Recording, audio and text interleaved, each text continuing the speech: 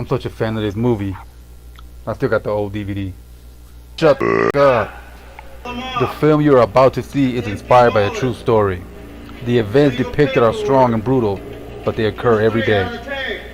American Me. I heard that's like wordplay, you know, you switched up Mexican American. Spread your cheeks and give me 2 good coughs. They do this shit in county jail. You don't even gotta go to prison. Who kills people? It's a hard face to look at. For life. For life. Yeah, I know the movie pretty well. He said racial tensions were running high with anyone who was different. Yep, I'm pretty familiar. That is an ugly ass tattoo. They had trolleys in LA back in the day? I didn't know that. ¿Qué chingados te mira? Now you'll always be a part of me. Till they break up and he covered it up. I wonder what happened to the tattoo artist. They beat him up too? I don't think they showed that. Wait, was that the tattoo artist, the one that got thrown out the window? See, to me, Blood In, Blood Out is like a comedy compared to this one.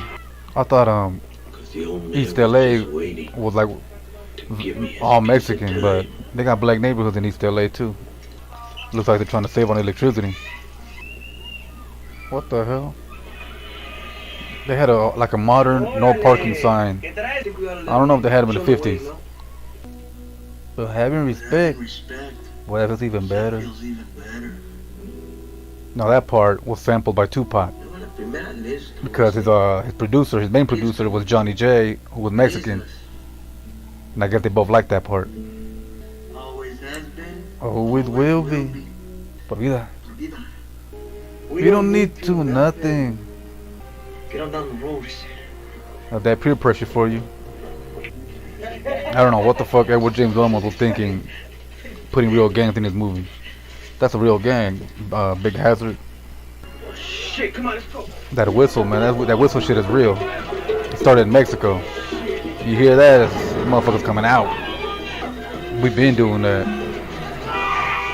Just Google Aztec whistle. Ah, damn. Damn. Like one of the main members of the Mexican Mafia was a white boy, and he had a missing leg. I don't know if it was shot off or not, but he definitely had a missing leg. I think they called him Peg Leg. Morgan, Joe Morgan. Now this part right here is one reason why they wanted to kill Edward James Olmos. They're depicting the gang leader getting fucking booty popped. And hit like a bitch. Damn, you know he's been through it. Man, like it ain't shit. Yeah, this guy named DJ Vlad, he said in an interview that Killing that person out of all the reasons got me the worst he never ever wanted to risk going to prison was because of this movie. He wasn't trying to get booty popped either. Respect, I heard. What's your name? You got tu madre, güey. Don't ask me why, but back in the day, when I was a teenager, me and my friends would we fucked up and went to juvenile hall.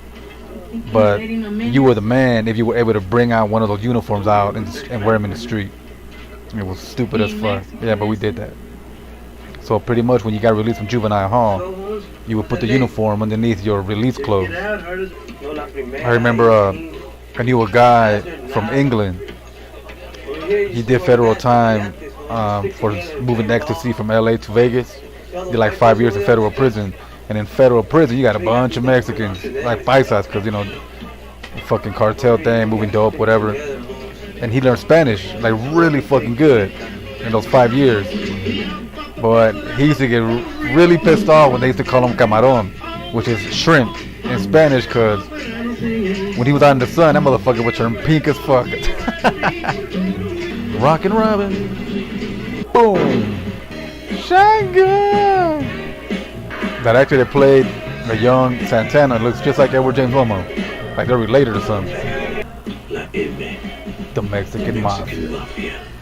If that lady's the same actor from the very beginning, they did a damn good job with the makeup. How they get dope inside. I don't know, man. I want to make money, but this is how you gotta make money in prison. I'd rather be broke as hell in there, digging your hand through poop. Dear God, he just took that out of his butt and he put it in his mouth. How come they just couldn't wait till yard time to give whoever hell wanted that package? He's dead. Dead. Just like that.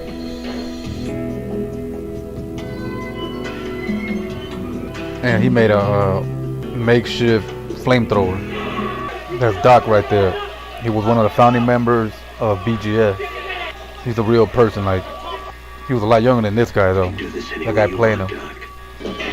I'm not going against the guns. I'm not going against the guns. Transferring everybody to different pintas. Literally, the only word they translated right there was prisons. Some of the fermentos, we want to take care of them and we're starting up their own clica. Yeah, shit. Nuestra familia. Now, right here, they kind of fucked up a little bit because Nuestra Familia was actually started by Southern California gang members, or a mixture of. But then later on, it turned into a North and South thing. And I always wondered, did the Southern gangs have a problem with the city norteños, or just the farmer ones from the small towns? Like, how do they feel about Frisco, Oakland, Sacramento, San Jose, and all that shit? How do they feel about that? About them? I'm talking about the guys from the 1950s and shit. Not today. I know they hate each other, but I'm talking about the old school guys. Like when somebody from Compton met somebody from Oakland, like a sureño from Compton met a norteño from Oakland, both cities. How did they feel about each other? Chinga tu madre. Dun, dun, dun, dun, dun, dun, dun. I had a homeboy who was half Filipino, half Mexican.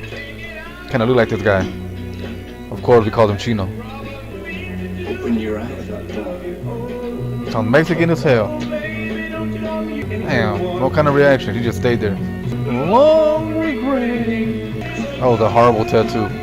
Look at that. So it's like considered the very first North and South killing in prison. There's like a rumor that it started with a pair of shoes. I don't know how true that is or not. I'm nervous as hell.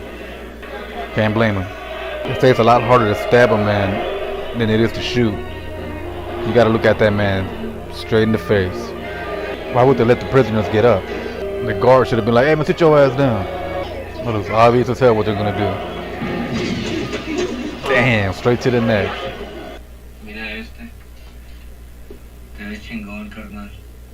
No, that's a proper translation. How are you gonna let a little kid visit a prisoner all by himself? Well, that's a clean ass car right there. Kick that shit out. That was a fake ass drug deal. I want to show you something. Hey, Selena's little brother.